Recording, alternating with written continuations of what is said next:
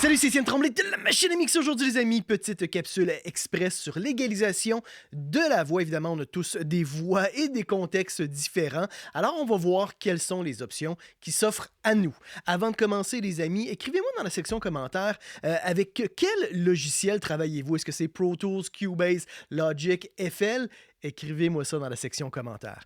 Alors, premièrement, en bas de 80 Hz, généralement, on va avoir vraiment les basses fréquences, le rumble, qu'on va pouvoir filtrer sans problème. Ce pas des fréquences qui sont particulièrement importantes. C'est souvent aussi là qu'on va avoir les pop lorsqu'on fait des plosives. Pour les voix masculines, là, on peut se rendre jusqu'à 80 Hz. Pour les voix féminines, on peut aller un petit peu plus haut. Par contre, il faut faire attention de ne pas abusivement filtrer parce que ça va affecter la façon dont la voix va s'asseoir dans le mix. Alors, évitez de trop le faire, mais on peut facilement mettre ça à 75 Hz avec un 18 dB par octave ou un filtre 24 dB par octave. Ça va bien fonctionner. Entre 100 et 200 Hz, c'est là qu'on va avoir le corps de la voix, vraiment la lourdeur dans la voix. Si on veut donner plus de basses fréquences, c'est là qu'on va venir booster. C'est là aussi, comme vous voyez, qu'on a souvent les toniques, vraiment les notes principales, les notes les plus basses des voix. On peut aussi atténuer si jamais c'est trop boomy, si la voix est un petit peu trop voilée. Entre 250 et 600 Hz, c'est là qu'on va retrouver le carton.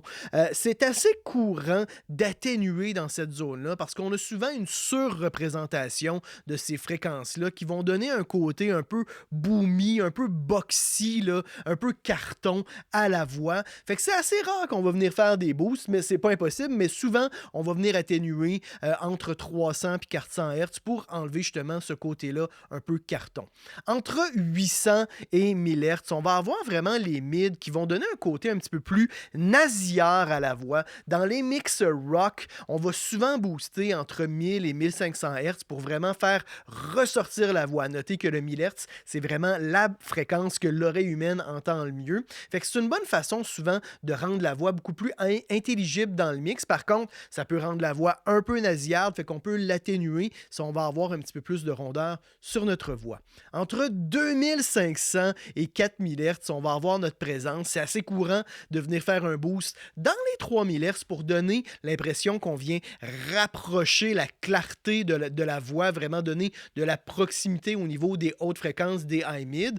Par contre, ça peut être très agressif si on vient trop booster. Puis il y a beaucoup de microphones à condensateur qui vont avoir des résonances dans le 3000. Fait que des fois, de faire une petite atténuation avec une cloche assez mince, ça va donner plus de rondeur à la voix. Puis on va enlever des fois des résonances qui peuvent être un petit peu agressives, qui vont venir un petit peu polluer notre voix. Entre 5000 et 8000 Hz, là, on va avoir vraiment la clarté de la voix. Moi, je viens souvent faire des boosts là, entre 6000 et 8000 Hz pour donner de l'ouverture à la voix, pour y donner de la clarté. Il faut faire attention parce qu'on a aussi nos S, comme vous voyez, là, nos S sont très présents dans cette bande de fréquences-là et aussi dans des fréquences plus élevées. Fait qu'il faut faire attention pour ne pas trop booster. On peut venir atténuer aussi un petit peu. Si jamais c'est trop agressif, on peut utiliser des DSR ou même des EQ dynamique, si jamais vous avez des S qui sont un petit peu trop présents pour les atténuer lorsqu'on a des S qui viennent un petit peu trop nous faire saigner les oreilles. Puis on peut des fois là, juste remonter cette bande-là avec en plus l'EQ dynamique. Comme ça, moi, quand j'ai un S qui arrive, l'EQ va venir atténuer, puis je vais quand même avoir un boost de clarté dans le 7800 Hz, dans ce cas-ci, le 7700 Hz plus précisément. En haut de 10 000 Hz, on va souvent utiliser un shelving pour vraiment donner de l'air, pour faire respirer notre voix. C'est là qu'on va avoir vraiment le sizzle, le petit côté un peu Carla Bruni là, dans les très très hautes fréquences.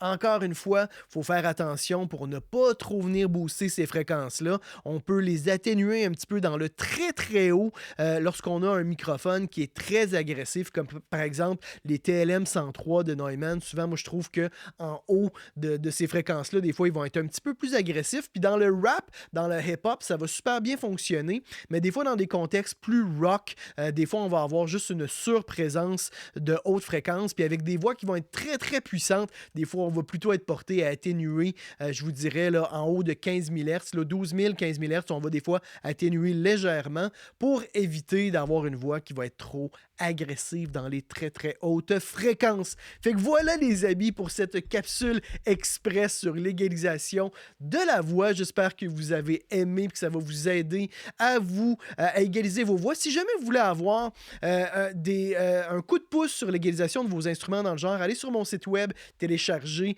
mon guide d'égalisation gratuit qui est un guide PDF. On a ce genre de choses-là pour la plupart des instruments. Quelle fréquence booster, quelle fréquence couper, pour quelles raisons. Ça risque de vous donner un gros coup de main parce que l'égalisation, évidemment, c'est le traitement le plus important en contexte de mix. C'est tout pour aujourd'hui, les amis. On se retrouve la semaine prochaine. C'est Étienne Tremblay pour La Machine à mixer.